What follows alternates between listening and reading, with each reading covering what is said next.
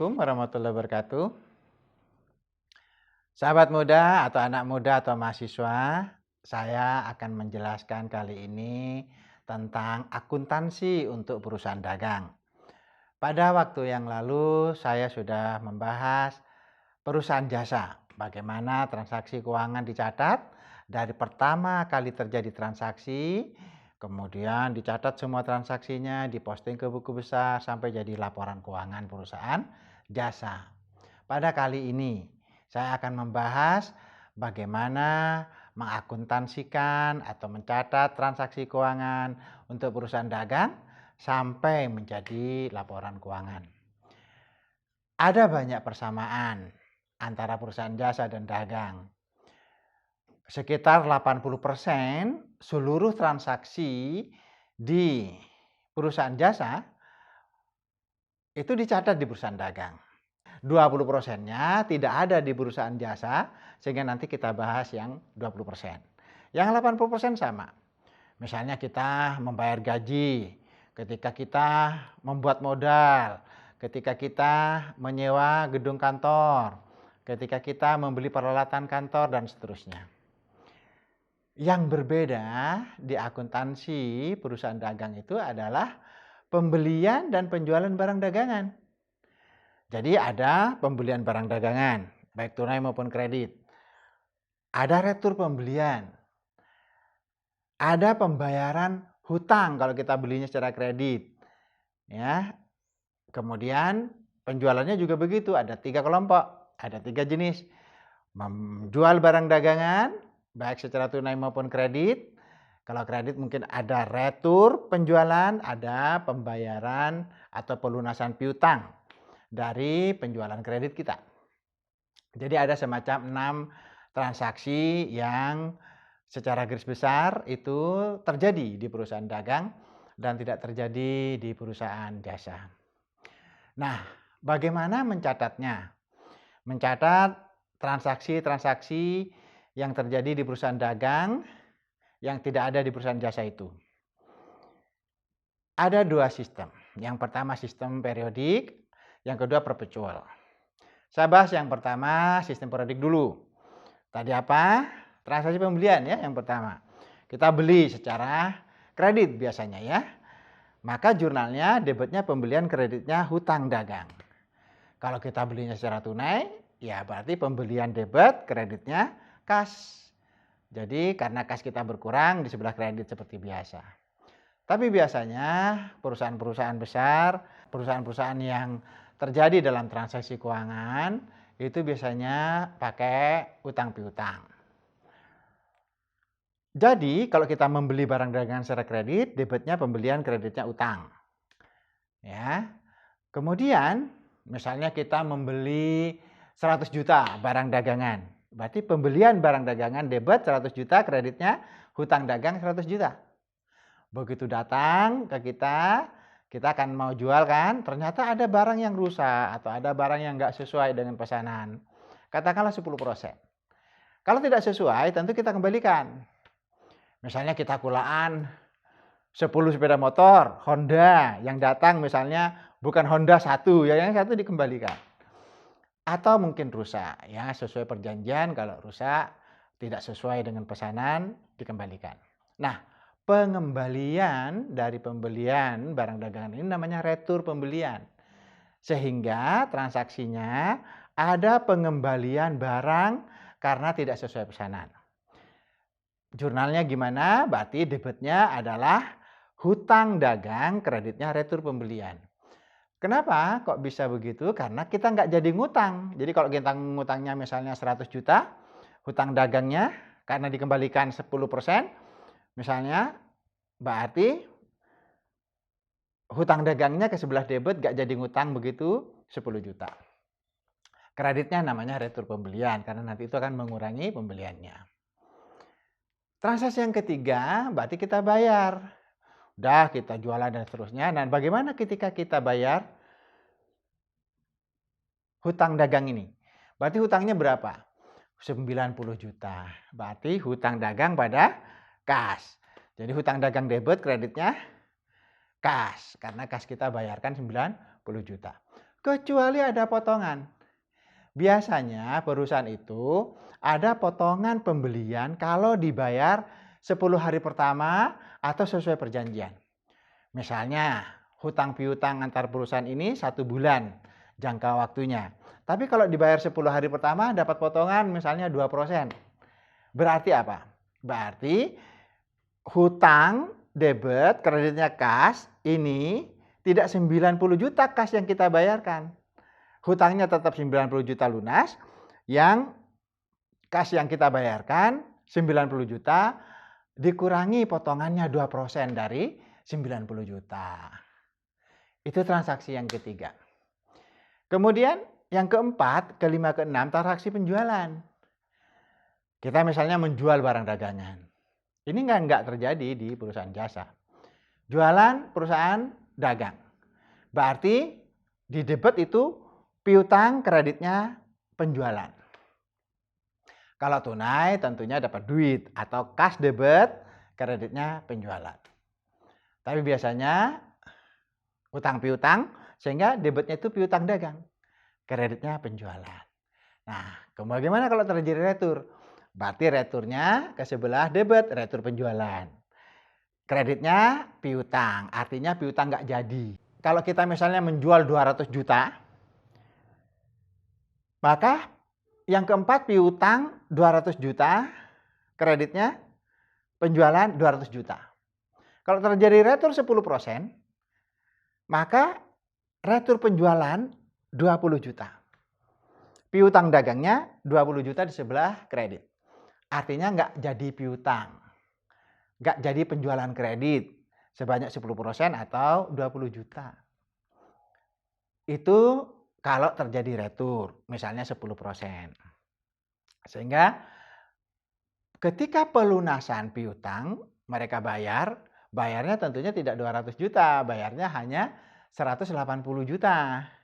Kalau sudah dikembalikan, tidak terjadi penjualan, karena ada retur penjualan, 180 juta, debitnya adalah kas, kreditnya piutang. Jadi piutangnya itu ke sebelah kredit 180 juta, berubah wujud menjadi kas 180 juta, karena mereka bayar pada kita. Itu kalau tidak ada potongan. Nah, bagaimana seandainya ada potongan seperti pembelian tadi?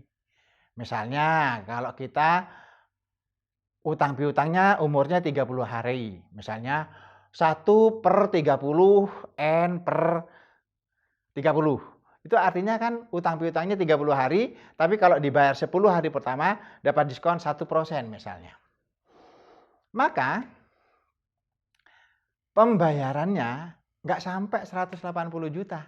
Jadi kas kita itu 180 juta dikurangi 1% dari 180 juta. Sehingga debitnya itu kas 180 juta minus 1% potongan penjualan. Kemudian sebelah debit lagi potongan penjualan 1% dari piutangnya, kreditnya baru piutang 180. Jadi total debit dan kreditnya sama 180. Nah, yang pembelian tadi juga sama. Jadi kalau pembeliannya misalnya 100 dikembalikan 10, maka hutangnya kan hutang pada kas itu 90. Tapi kalau dapat potongan, hutangnya 90, kasnya 90 minus 2% dari 90. Kemudian sebelah kredit lagi potongan pembelian 2%. Jadi debit kreditnya sama.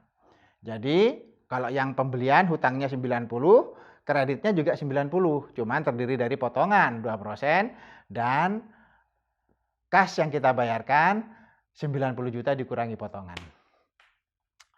Itu cara mencatat transaksi keuangan perusahaan dagang yang tidak ada di perusahaan jasa dengan metode periodik.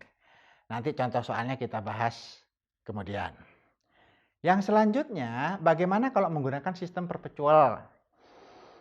Kalau menggunakan sistem perpetual, dicatatnya itu sedikit berbeda. Kalau terjadi pembelian itu dicatatnya persediaan barang dagangan, kreditnya hutang dagang. Jadi nama akunnya aja yang berbeda. Jadi pembelian kalau sistem periodik, kalau yang virtual persediaan barang dagangan. Namanya persediaan. Sehingga seluruh transaksi pembelian yang bukan barang dagangan tidak boleh dicatat sebagai akun pembelian.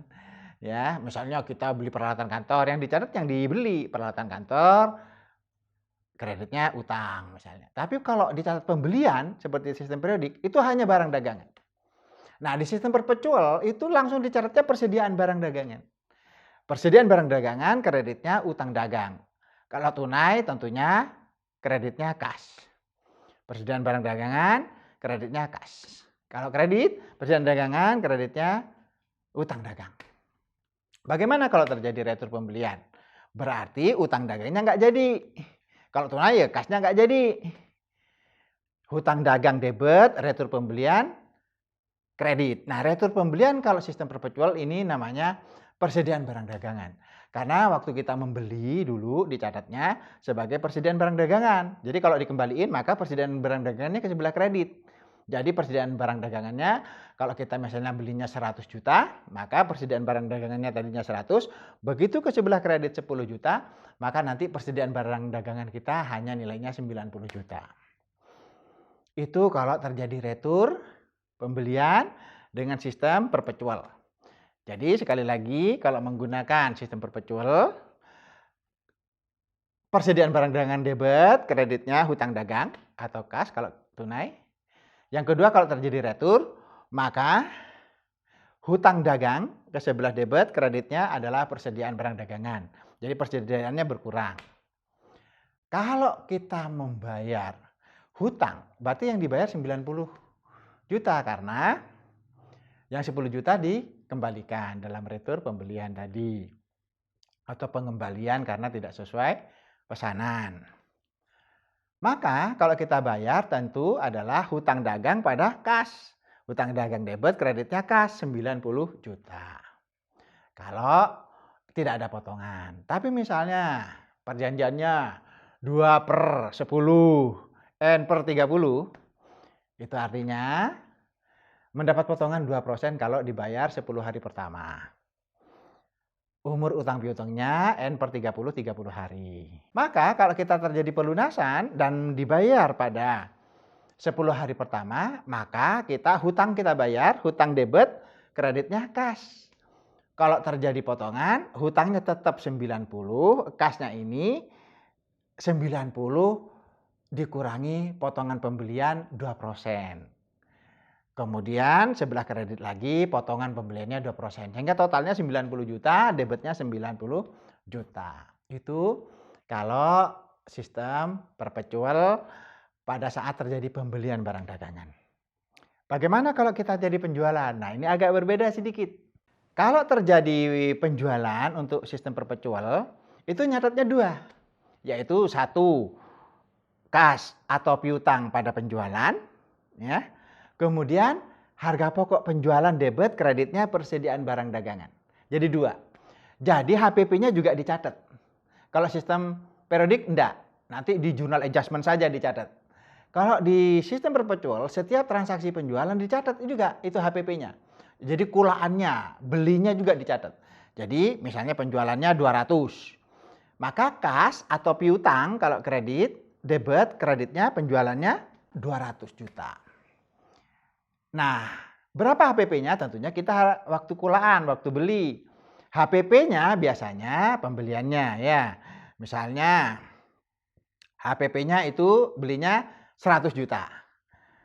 Persediaannya berarti 100 juta. Sehingga nanti ada selisih yang namanya laba. Pencatatan transaksi penjualan dengan sistem perpetual berarti ada dua jurnal. Piutang, debit, kreditnya penjualan. Dan HPP, harga pokok penjualan, kreditnya persediaan. Ya, dicatat langsung. Kalau di sistem periodik, dicatatnya ketika journal adjustment. Kemudian jurnal yang berikutnya, misalnya terjadi retur penjualan. Kalau tadi kita piutang pada penjualan, maka kalau tadi retur, berarti di sini retur penjualan ya pada piutang. Jadi piutangnya ke sebelah kredit, nggak jadi piutang dan tidak jadi menjual, retur penjualan. Karena tadi ada HPP, maka HPP-nya juga ikut dibalik. Ya. Jadi persediaan barang dagangan dikembalikan ke kita, kreditnya HPP. Itu kalau terjadi retur penjualan. Ada 2 jurnal juga. Kemudian yang terakhir ketika terjadi pelunasan. Jadi piutang kita dilunasi, penjualan kita dilunasi.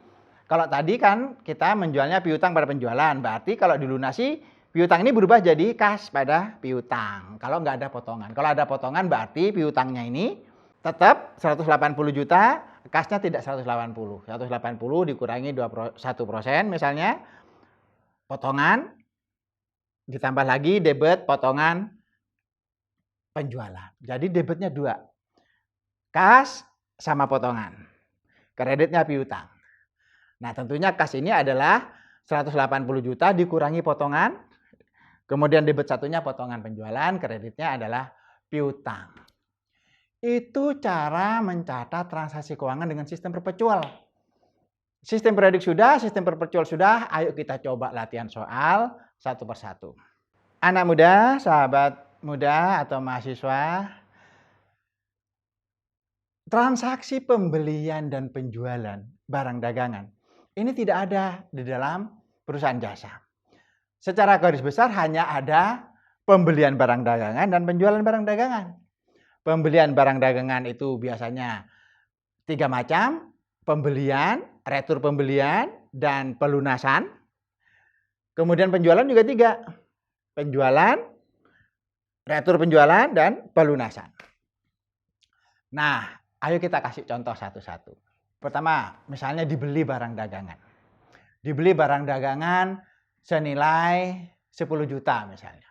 Sistem kredit. Maka kita kalau sistem periodik, pembelian debit, kreditnya utang 10 juta. Diretur 1 juta karena nggak sesuai. Nah, berarti hutang debit, kreditnya retur pembelian. Kemudian pelunasan. Berarti kita hutang debit, kreditnya kas, kita lunasin. Tentunya lunasin tidak 10 juta, tapi hanya 9 juta. Hutang pada kas. Kalau ada potongan, ya dikurangi potongan. Hutangnya 9 juta, kasnya dikurangi potongan berapa? X. Kemudian sebelah kredit lagi, selain kas ada potongan sebesar X. Sehingga totalnya tetap sama 9 juta. Itu pembelian. Kalau penjualan juga sama. Saya rasa tadi sudah saya kasih contoh juga ya. Jadi misalnya dibeli barang dagangan, kemudian dijual. Dijual barang dagangan kepada PT lain begitu. Tentunya kita ngambil untung. Misalnya dijual 20 juta misalnya per unitnya. Maka piutang pada penjualan. Kalau terjadi retur penjualan pada piutang. Kalau dilunasin, kas pada piutang. Gitu. Saya rasa sama dengan contoh yang tadi. Saya rasa cukup untuk transaksi perusahaan dagang. Dan jangan lupa, mahasiswa sering salah mencatat transaksi keuangan di jurnal umum ini. Laporan keuangan itu benar atau tidak benar tergantung dari benar tidak benarnya mencatat transaksi keuangan.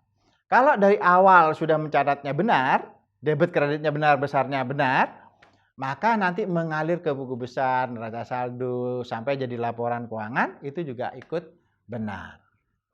Biasanya mahasiswa yang salah di 2 titik. Di pencatatan transaksi sama di penjurnalan penyesuaian. Kalau cuman ngalir ke buku besar, komputer juga bisa bikinkan. Karena dia bisa memproseskan. Begitu juga neraca saldo, begitu juga laporan keuangan. Itu bisa diproseskan. Tapi ketika mencatat kejadian keuangan, maka mahasiswa tidak boleh salah. Sebaiknya latihan yang banyak. Biasanya saya menentukan untuk jurnal umum sama jurnal penyesuaian minimal 5 perusahaan yang harus kerjakan baik transaksi keuangannya maupun jurnal penyesuaiannya. Silakan mencoba, nanti kita tanyakan kepada asisten dosen maupun kepada dosen. Setiap latihan soal yang ada dalam buku itu dikerjakan, kemudian apabila ragu dan tidak bisa ditanyakan. Karena memang akuntansi selain paham juga harus dicoba dalam latihan mengerjakan transaksi-transaksi untuk perusahaan dagang. Terima kasih, semoga bermanfaat. Salam buat mahasiswa.